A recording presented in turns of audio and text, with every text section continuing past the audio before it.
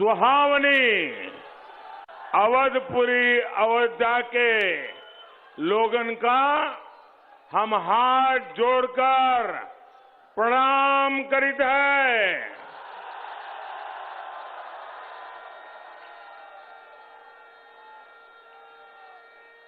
आप सभी के प्यार,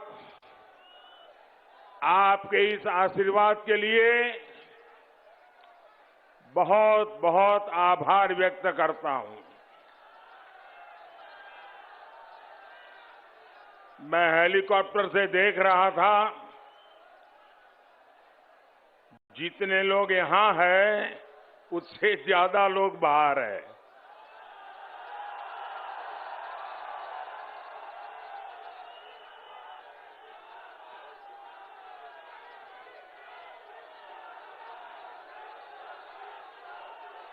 आप इतनी बड़ी तादाद में हम सबको आशीर्वाद देने के लिए आए, इसके लिए मैं फिर से एक बार आपका आभार व्यक्त करता हूं। ये ऊर्जा, ये उत्साह सिर्फ बाराबंकी और अयोध्या तक ही सीमित नहीं है, बल्कि आज चौथे चरण में जहां मतदान हो रहा है, वहां के मतदाताओं को भी भारी संख्या में मतदान करते देख करके पूरे देश के लोकतंत्र प्रेमियों को एक विशेष आनंद हो रहा है और सुबह सुबह बहुत बड़ी तादाद में मतदान के लिए निकले हुए सभी लोगों का मैं अभिनंदन करता हूं। उत्तर प्रदेश में हो रहे ये चुनाव यूपी के विकास के साथ ही देश के विकास के लिए भी उतने ही महत्वपूर्ण है। क्षेत्रफल के हिसाब से भले ही यूपी देश का 7% हिस्सा हो, लेकिन आबादी को देखें तो भारत की 16% से ज्यादा जनसंख्या ये हमारे उत्तर प्रदेश में है। इसलिए यूपी के लोगों का विकास भारत के विकास को गति देता है। यूपी के लोगों का सामर्थ्य भारत के लोगों का सामर्थ्य बढ़ाता है।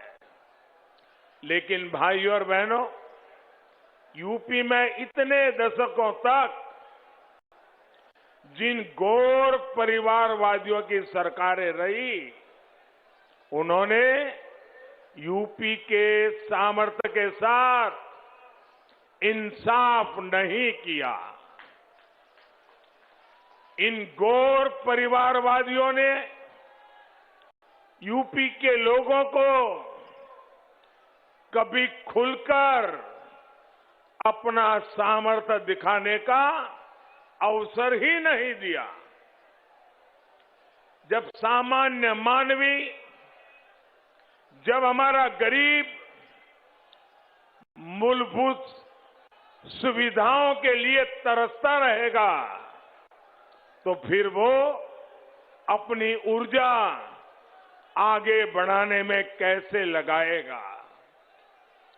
ये गौर परिवारवादी जानते थे कि अगर गरीब के पास उसका घर हो गया, घर में शौचालय बन गया, अगर गरीब के घर में बिजली पहुंच गई, गरीब के घर तक सड़क पहुंच गई, तो फिर ये गौर परिवारवादियों के घर के चक्कर कौन काटेगा, उनके पास कौन जाएगा।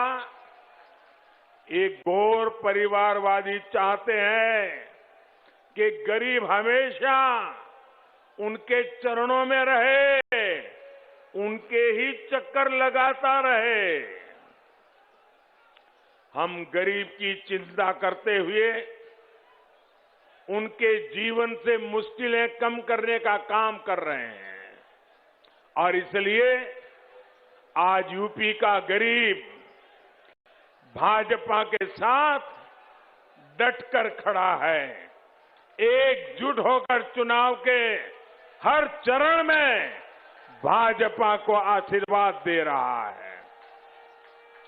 इसलिए ये लोग बौखलाए हुए हैं, यूपी के लोगों को भ्रमित करने की कोशिश कर रहे हैं, लेकिन इन्हें पता नहीं है कि बीजेपी की जीत का झंडा आज यूपी के गरीब ने खुद इस झंडे को उठा लिया है।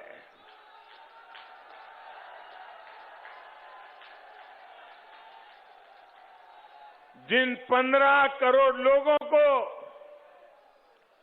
आज कोरोना के इस कठिन कालखंड में मुफ्त राशन मिल रहा है, वो आज भारतीय जनता पार्टी के विजय के लिए जी जान से जुटा हुआ है।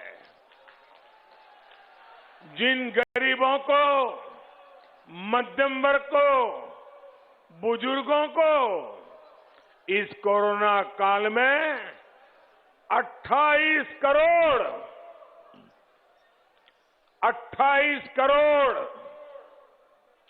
मुफ्त टीके लगे हैं, वो भाजपा के प्रतिनिधि बनकर उसकी जीत सुनिश्चित कर रहे हैं।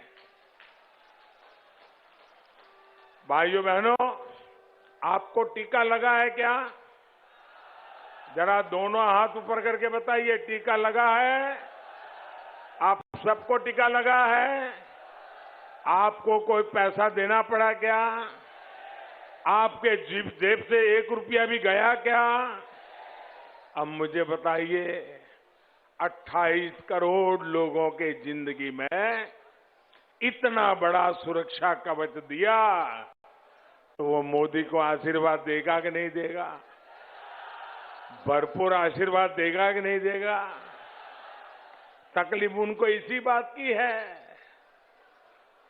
यही कोरोना वैक्सीन है जिनके कारण आज हमारे युवा स्कूल कॉलेज जा पा रहे हैं, व्यापार कारोबार चल पड़ा है और इसलिए यूपी कह रहा है, आएगी तो भाजपा ही, आएगी तो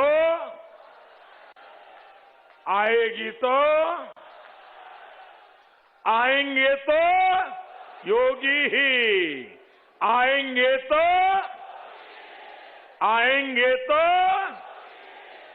भाइयों और बहनों, यूपी का सामर्थ्य बढ़ाने में यहां की 10 करोड़ से अधिक हमारी बहनों बेटियों की बहुत बड़ी भूमिका है। अगर हमारी बेटियां, हमारी बहनें जकड़ करके रहेगी, बंधन में रहेगी, उनका जीवन अगर मुसीबतों से भरा रहेगा, तो यूपी तेज विकास की गति प्राप्त नहीं कर सकता। जब माताओं, बहनें, बेटियों का सामर्थ्य बढ़ता है, तो परिवार का, समाज का, देश का सामर्थ्य बढ़ता है।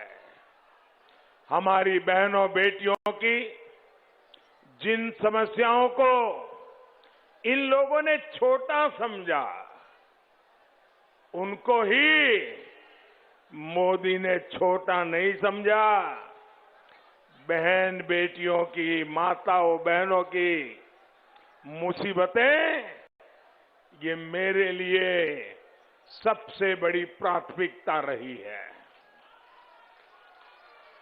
घर और स्कूल में शौचालय हो, गैस कनेक्शन हो, बिजली पानी कनेक्शन हो, गर्भावस्था के दौरान हजारों रुपयों की सीधी मदद हो, ऐसे हर काम को हमने पूरे मन से, पूरी लगन से किया। यूपी में हमने जो लाखों घर पीएम आवास योजना के बनाए हैं, वो भी ज्यादातर महिलाओं के ही नाम है। और ये जितनी सुविधाएं हमने बहनों को दी है, ये किसी की जाति या मजहब देख करके नहीं दी। सबसे अधिक लाभ अगर इन योजनाओं का हुआ है तो हमारी दलित माताएं बहनें, पिछड़े समाज की माताएं बहनें और मुस्लिम समाज की बहनों को लाभ हुआ है।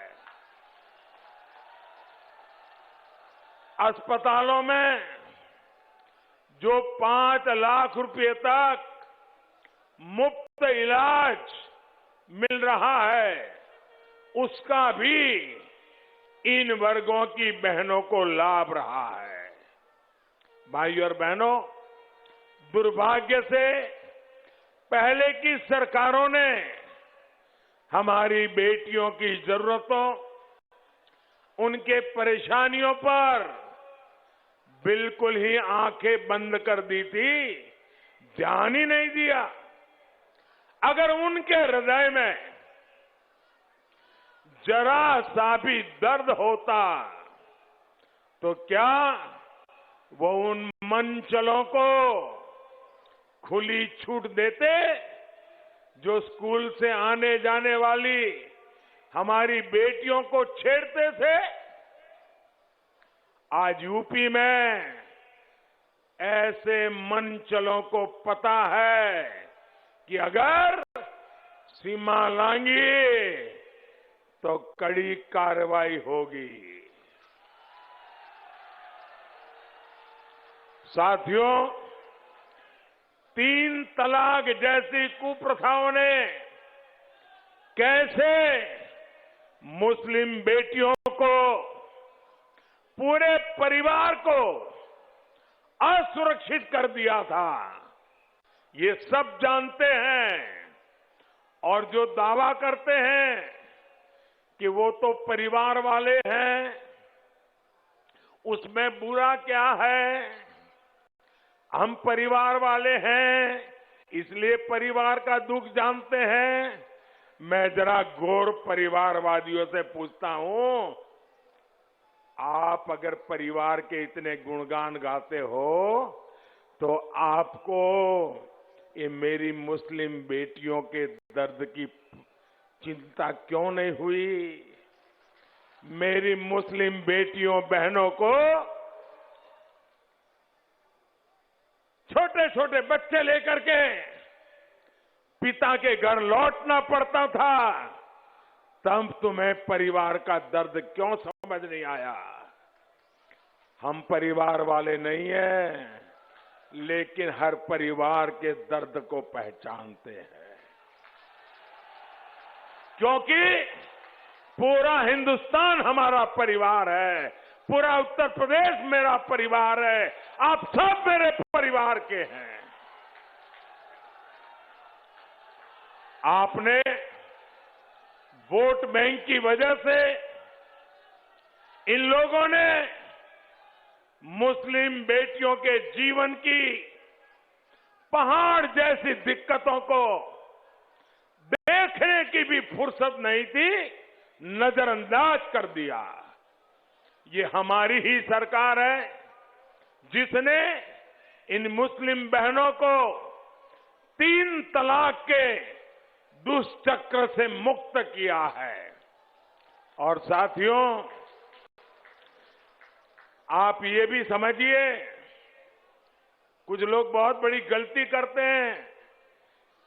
ये सिर्फ बेटियों को सुरक्षा देता है ऐसा नहीं है, ये उन मुस्लिम बेटियों के पिता को भी सुरक्षा देता है, ये मुस्लिम बेटियों के भाई को भी सुरक्षा देता है, ये मुस्लिम बेटियों की माता को भी सुरक्षा देता है।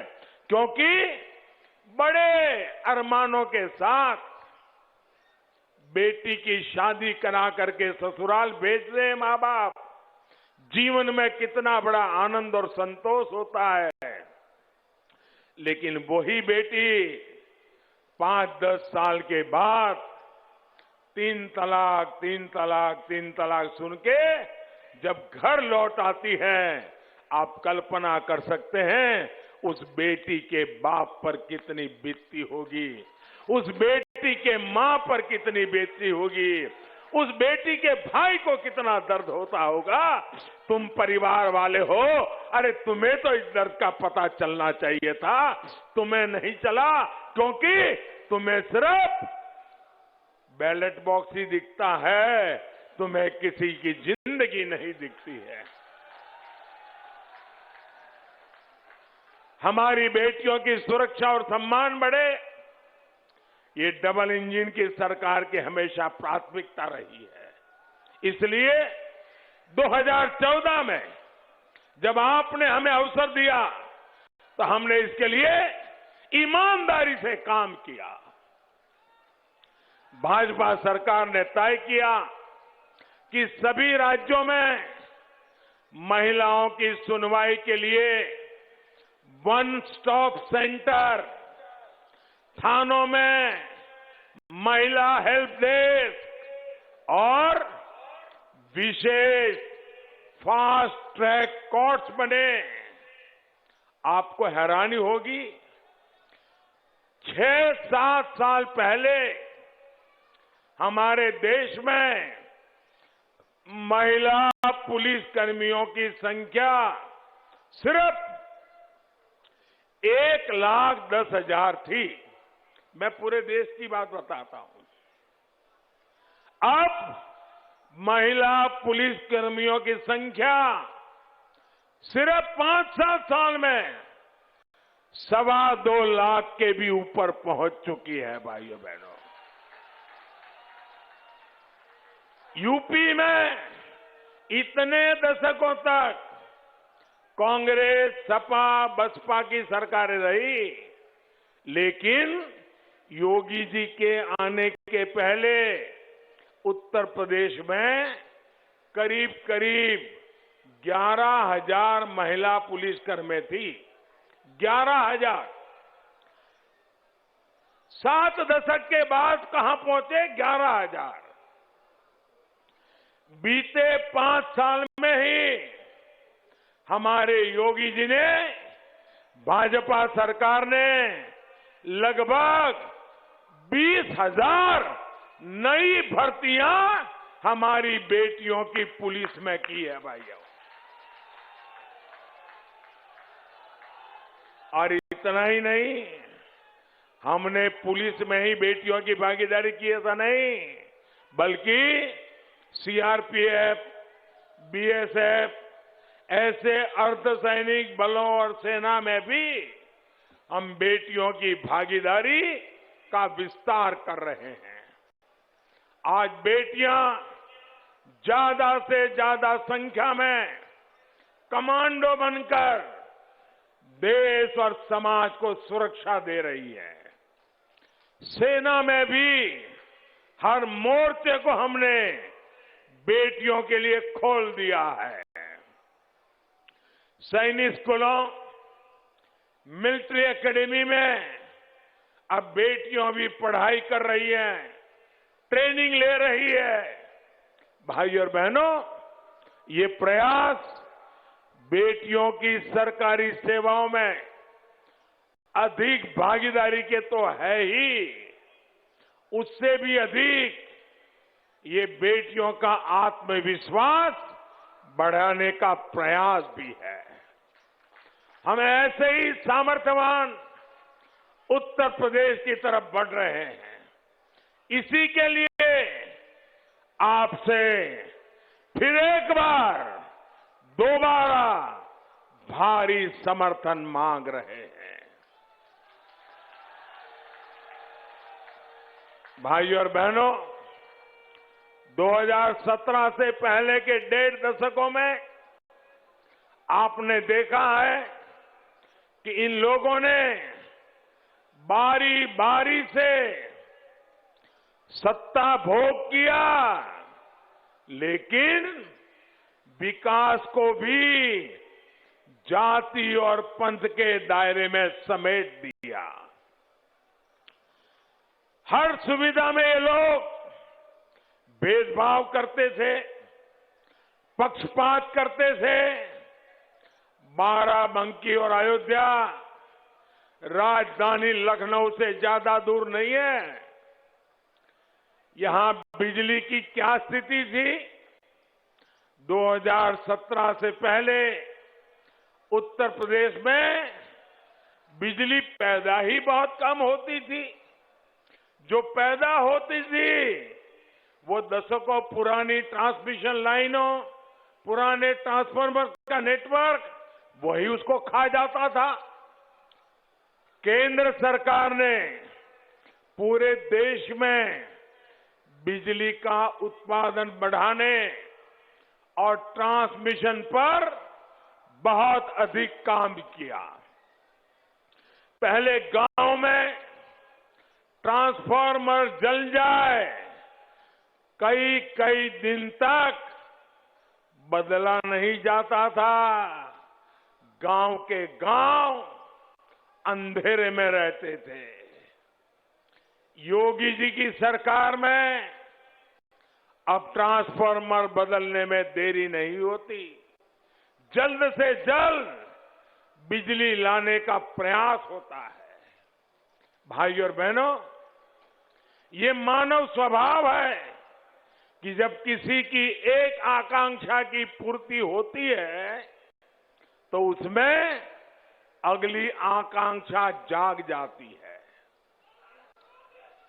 जैसे किसी को सामान्य सा मोबाइल मिल जाए तो फिर उसका मन करता है कि कुछ दिन बाद वो और अच्छा स्मार्टफोन खरीद पाए। इसी प्रकार जब विकास भी नई आकांक्षाओं को जन्म देता है। जिन गांवों में सड़क आ गई, वहां सिंगल पट्टी है तो डबल पट्टी मांगेंगे, डबल पट्टी है तो ऑल वेदर रोड की आकांक्षा बढ़ती है। जहां हाईवे आ गए, रेल आ गई, वहां लोग एयरपोर्ट चाहते हैं। पहले बसपा और फिर सपा ने तो विकास की इस आकांक्षा को ही सीमित कर दिया था। इन्होंने तो आपको छोटी छोटी जरूरतों के लिए तरसा दिया था। इन दिनों आप सब टीवी वाले गांव गांव जाते हैं, लोगों से पूछते हैं, और जब लोग कहते हैं कि ये मिला है, ये मिला है, ये मिला है, तो जो टीवी वाला है ना जरा खरोटता है, नहीं नहीं लेकिन उसका क्या, उसका क्या। तो फिर नागरिक बोलता है हाँ ये होना चाहिए, वो होना चाहिए। तो फिर टीवी वाले अगर जिसको पिछले 20 साल से मेरे जैसे लोग पसंद नहीं है, वो उसका अर्थ निकालते हैं, देखो लोगों को कुछ मिला नहीं है। लेकिन मैं उसमें से दूसरा अर्थ निकालता हूं। मैं देखता हूं मैंने आज देश में एक वातावरण पैदा किया है